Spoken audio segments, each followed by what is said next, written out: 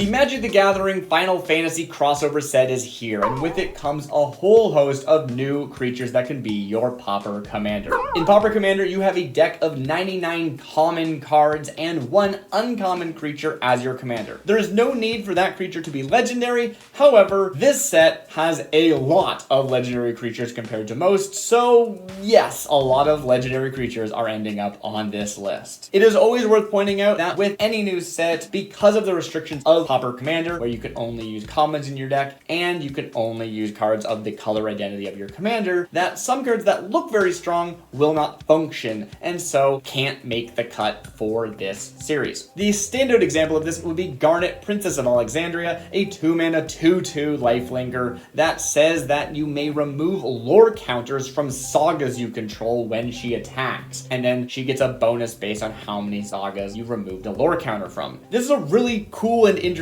effect. There just aren't enough common sagas in green-white for this card to actually be relevant. That said, in the future, when more sagas get printed, it's always possible that this card could have a future home and a resurgence at that time, so it's worth keeping it in mind and putting in your back pocket. With all that said, let's jump into our top 10 Pauper Commanders for Magic the Gathering Final Fantasy. Number 10, Ashe, Princess of Dalmasca.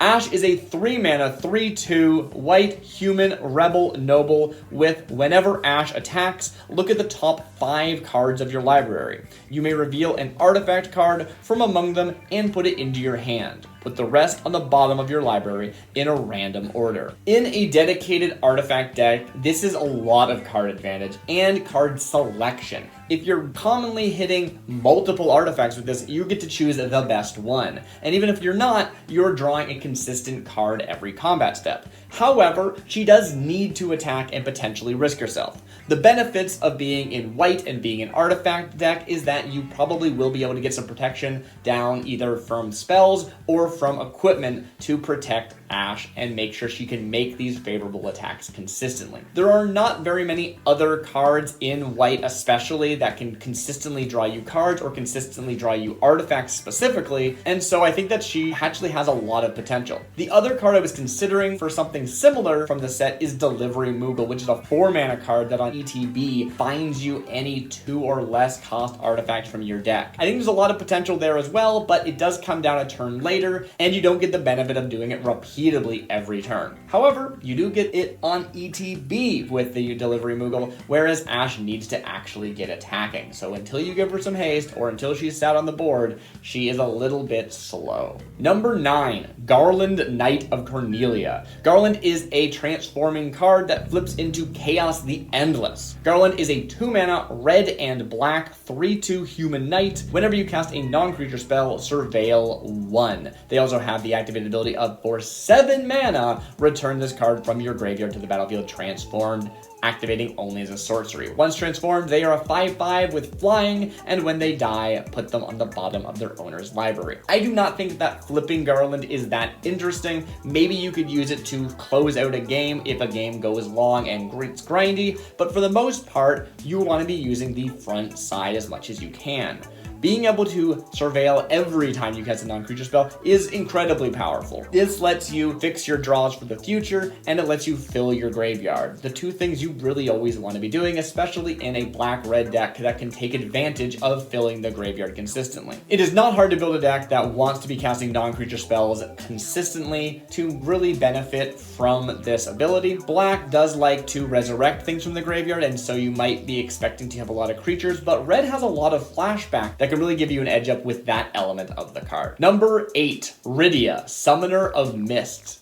Rydia is a green and red 2-mana 1/2 human shaman. They have landfall. Whenever land you control enters, you may discard a card. If you do, draw a card. They also have summon for X generic mana, tap Rydia, return target saga card with mana value X from your graveyard to the battlefield with a finality counter on it. It gains haste until the end of your turn, activate only as a sorcery. Now this is one of those cards I think a lot of people when they first looked at went, oh, well that's not useful. Just like I said at the outset with Garnet, it cares about sagas specifically, and there just are not enough sagas in common. However, that first mode is strong enough that it really doesn't doesn't matter. Being able to consistently rummage through your deck, discarding a card, drawing a new card, is so strong. And if you wanted to build a dedicated landfall deck, you would have other sources of getting multiple lands to enter per turn and multiple things that care about lands entering the battlefield. Your other options for landfall commanders really just get temporary stat bonuses so they can swing in a bit harder.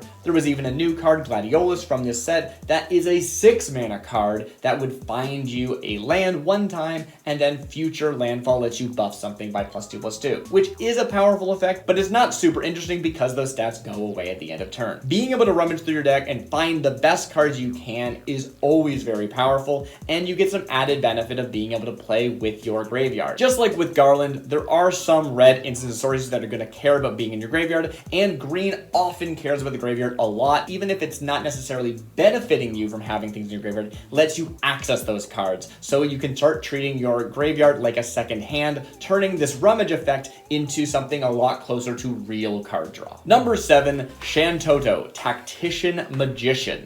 Shantotto is a 3-mana blue and red 0/4 dwarf wizard. She has, whenever you cast a non-creature spell, Shantotto gets +X/+0 until end of turn, where X is the amount of mana spent to cast that spell. If X is 4 or more, draw a card. This is a card I also saw people be very lukewarm on at first because you need to spend 4 mana on that card for it to work. It can't just be mana value 4 and you can play around with discounts. I don't think that's that big of a deal. I think if you're planning on casting big spells, more often than not, you are going to be spending that extra mana. And if you're focused around big spells, you really do benefit a lot from that card draw. Cantripping small spells is really common, but when you're using big spells, you can cast one big haymaker and then immediately replace it and never run out of fuel or things to do, which can be very, very powerful. The first ability of grading +X/+0, I saw a lot of people compare to Levon, and how that card is maybe just generally stronger. And that might be true if that is the part you are most focused on. So it is something to consider, but otherwise a 0/4 blocker can be very, very strong that you actually hold back and don't try and get commander damage in with, and instead just benefit from refilling your hand whenever you cast a big spell.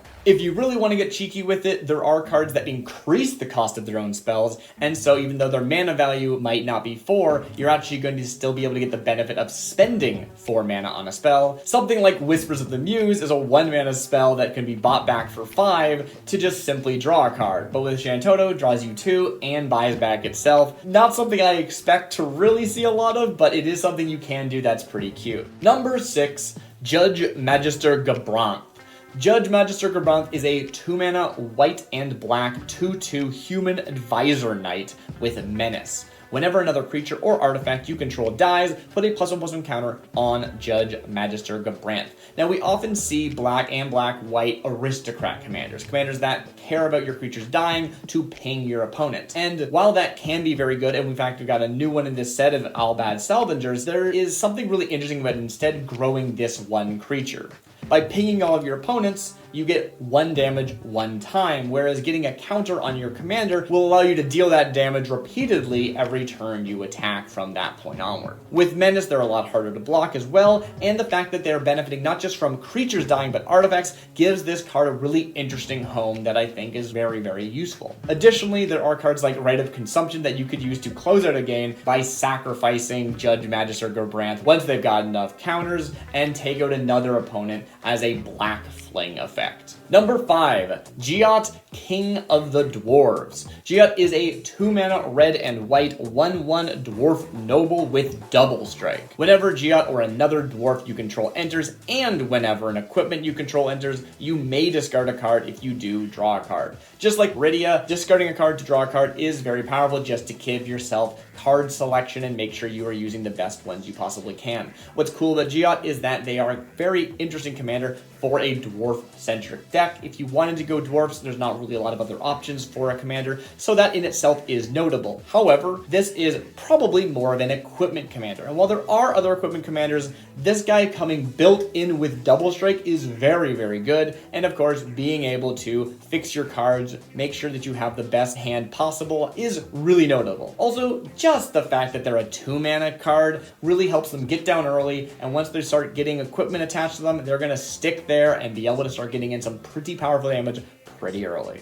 Number 4, Sazh's Chocobo. Sazh's Chocobo is a 1-mana, green 0/1 bird. They have landfall. Whenever a land you control enters, put a +1/+1 counter on this creature. This is probably the most boring card on the entire list, but it's going to be kind of absurd. Being able to cast this consistently on turn 1, and then benefiting from every land you play for the rest of the game, it's going to get very big very fast. Now, it doesn't have any form of evasion, it doesn't have trample, it doesn't have flying, but if you are building your deck around landfall, you can just keep playing lands and making this bird bigger and bigger. Since you're in green, you do have some protection options as well, and you can even often play enchantments to bolster a card like this so that it does have trample or some other form of evasion. Number 3, Quina Q Gourmet. Quina is a 3-mana 2/3 green Q. If one or more tokens will be created under your control, those tokens plus a 1/1 green frog creature token are created instead. You can spend 2 mana and sacrifice a frog to put a +1/+1 counter on Quina. That last mode I do not think is going to be good enough, but maybe someday it will actually win you the game, so it's always nice to have these options even if you don't plan on using them. However, that first mode I think is really interesting. I saw a lot of people discount this card when it was first revealed because they don't really compete that strongly with something like Queen Alenla of Rudarok, which is sort of the go-to commander for when you create a creature token, get an extra creature token, which can be very, very strong to help you go wide very quickly. However, Quina has the benefit of not needing you to create creature tokens. You can make any kind of token and get an extra body. This means you can be churning out really cheap treasure or blood tokens and still be developing a board, not just dirtling there with nothing to show for it. The other really popular token commander is Peregrine Took, and if you were going a full food package, you're probably going to prefer him because he makes extra food when you make tokens. Again though, even though he cares about making any kind of token, not just a creature, you're still left with no actual creatures on board except for Peregrine Took himself. Quina being able to allow you to build a bunch of non-creature tokens and still have a board, I think is just such a unique aspect of this card that should not be overlooked. Personally, I'm looking at Glittermonger being able to tap every turn to make a treasure, and with Quina on board, an additional 1/1 frog. Number 2, Sid Timeless Artificer. Sid is a 4-mana, 4/4, white and blue legendary human artificer. They say artifact creatures and heroes you control get +1/+1 for each artificer you control and each artificer card in your graveyard. A deck can have any number of cards named Sid Timeless Artificer, and they have cycling white-blue. Few things to throw at first of all on this. This card's effect of being able to have multiple copies of itself only lets you break the limit of number of copies you can have in a deck. It does not change the fact that your 99 must only have commons in it. So even if you use this as your commander, you still can only have one Sid Timeless Artificer in your deck. You also need to make sure you're aware that cycling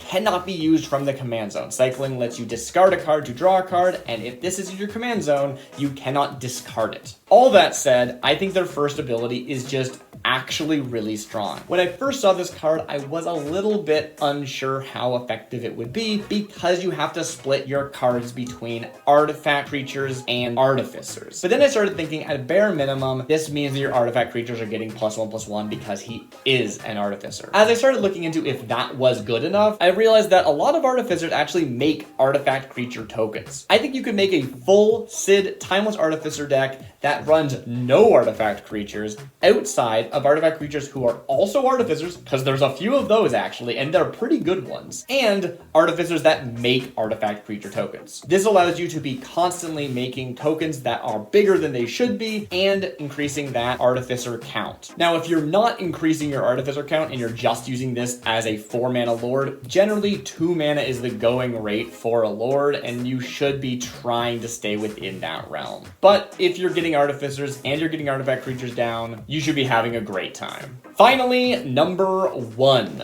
Black Waltz number 3. Black Waltz is a 4-mana black and red 2/2 wizard with flying and death touch, and whenever you cast a non-creature spell, Black Waltz number 3 deals 2 damage to each opponent. This is the same ability as Gutter Snipe, which is generally the go-to card for this archetype. However, Black Waltz has a bunch of things up on it. While it is more expensive, it has flying, it has death touch, and you can cast any non-creature spell to get this benefit, not just instants and sorceries. Now, likely you will be casting mostly instants and sorceries, so that might not seem like that big of a benefit. And you might not really care about having flying or death touch because you're not planning on attacking with your commander and risking losing their abilities. But the other benefit that Black Waltz adds is that you have access to black cards. Color identity is a really big deal, especially in Pauper Commander, where most commanders really only have one color. Having access to an extra color dramatically changes the game for the way this deck is built. Being able to bring a new color to this archetype really should be able to revitalize it and breathe new life and new power into something that's already very strong. And that brings us to the end of Magic the Gathering Final Fantasy Pauper Commander review. There's so much cool stuff in this set, and I'm really excited for it. I'm excited about the cards that are on this list. I'm excited about the cards that didn't make it onto this list. That even if they're not the strongest thing, can make really interesting, unique experiences. I have been Darcy Bits. This has been Magic the Gathering Final Fantasy Pauper Commander review. I do one of these reviews for every new set, so if you're interested, take a look at the playlist. Maybe you'll see something that you never knew about or just completely forgot about. Have a good night, and I'll see you next time.